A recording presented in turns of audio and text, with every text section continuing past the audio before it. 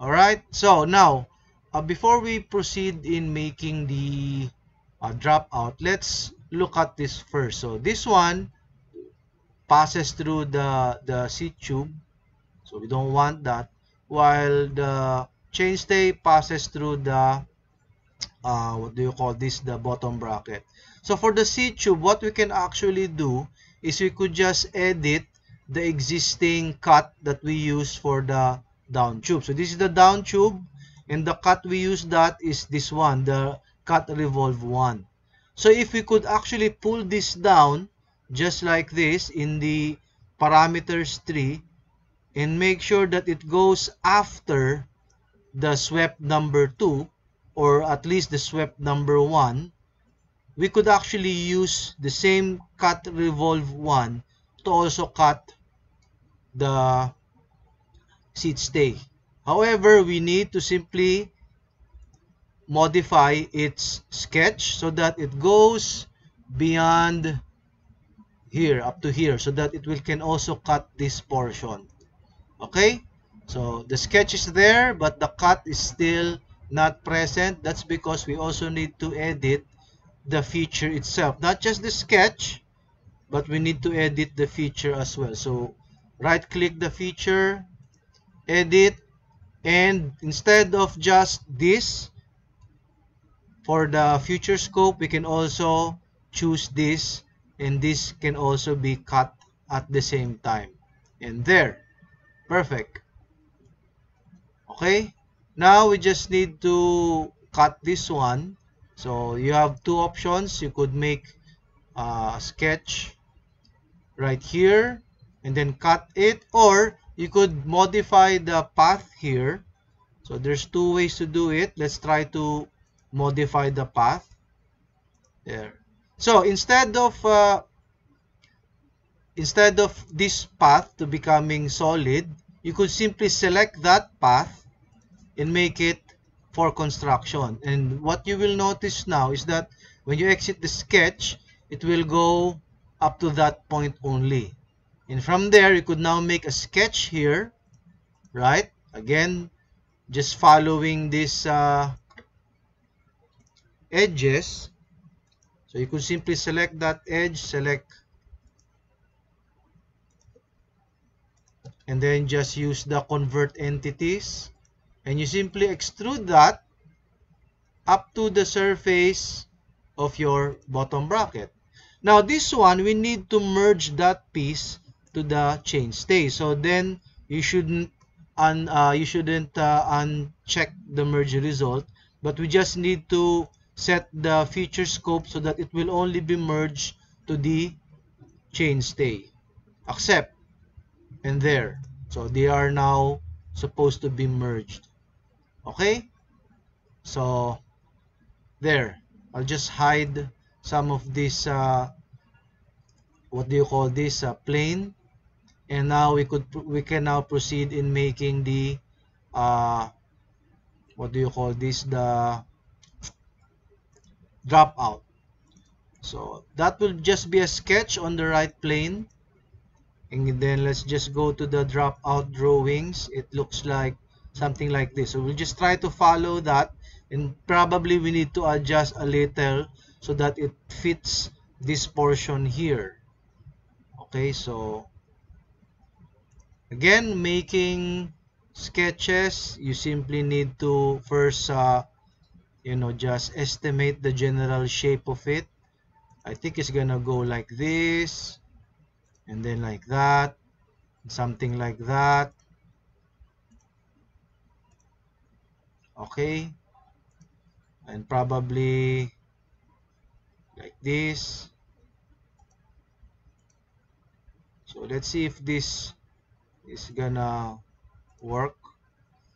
Hope this is correct. There, you can always adjust it later on. Let's check it again. Okay, this is straight. Okay, I got it now. So this is supposed to be straight or a horizontal line. That's fine.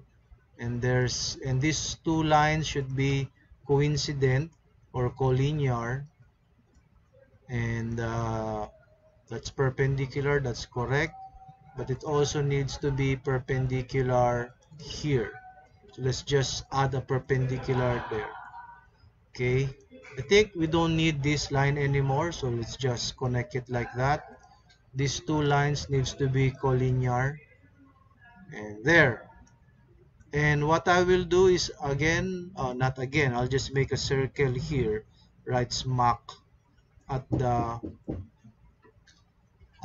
axle point. I'll make this tangent. This one will also be tangent.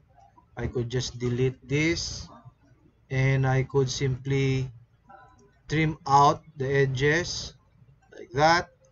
And my final touches will be just putting in the proper smart dimensions. Okay, so let's check. 7.1, 6.6. So this is supposed to be 7.1, and the bottom part here is supposed to be 6.6. And then this one is supposed to be 10 and 16 on top. But I think I cannot create that because it will over define it. So I'll just follow the 10 here, and yeah, this could still change. So I guess this needs to be collinear, and this needs to be 13 according to our plan there. This needs to be perpendicular. Okay, 12, 60. So the overall length should be 60. Yeah, it's a quite long bottom bracket. What else? 45 on top.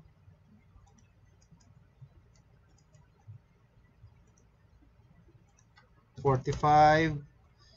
Maybe I could just set this whatever it is. Maybe 15 should be fine.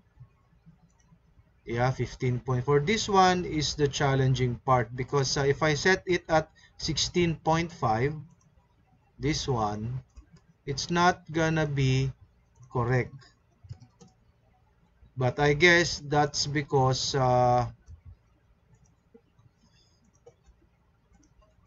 that's because maybe this one is too short.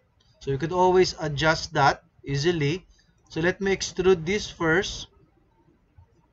This will be blind by, I think the dimensions of this is supposed to be 4, and then it will be offsetted by 55. So 4, and we simply offset it by 55. Now the reason why we need to offset it is so that it'll go to this side. So this is the wrong offset.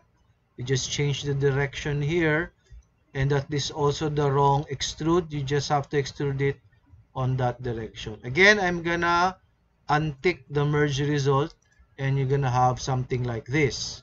Okay, so we just need to, I guess, edit this one. One way to do that is to simply modify or edit the path. So instead of 30, maybe we could change it to, I don't know, 10. 10 is too much. Maybe 15, or maybe 14, 17. There, that's better. Alright? And our last step is to simply mirror the chainstay, the seat stay, and the bottom bracket. So let's try to do that. So the mirror plane would be the right plane. We select the mirror command. Now instead of feature mirror, we have to do bodies mirror. And that's the reason why we did not merge the seat stay, the chain stay, and the bottom bracket. Then when you accept that, there, our bicycle frame is now complete. So you could just simply hide the bike geometry sketch. This one, hide that, and you have now a complete bicycle frame with the correct standards. Now, the good thing about this kind of modeling technique is that you could always change the bicycle geometry and everything would change automatically. So, for instance, if I want to have something not like not too high, I could modify this. Let's say I'll make it, let's say, I don't know, 450. And when I exit the sketch, everything would automatically change. So it's a very good technique so that it's, you could modify it easily depending on the kind of bicycle geometry that you would want. There. All right. So, but let's put that back again. I like the mountain bike look with the high seats, high head tube like this. I like this better and a bit more aggressive looking. Okay, so you just save your work and then you're done. Next time we'll try to build or to model other parts like the fork, the seat, the wheels, etc. And try to build up our bicycle project. Okay? So thanks for watching and I'll see you on the next video.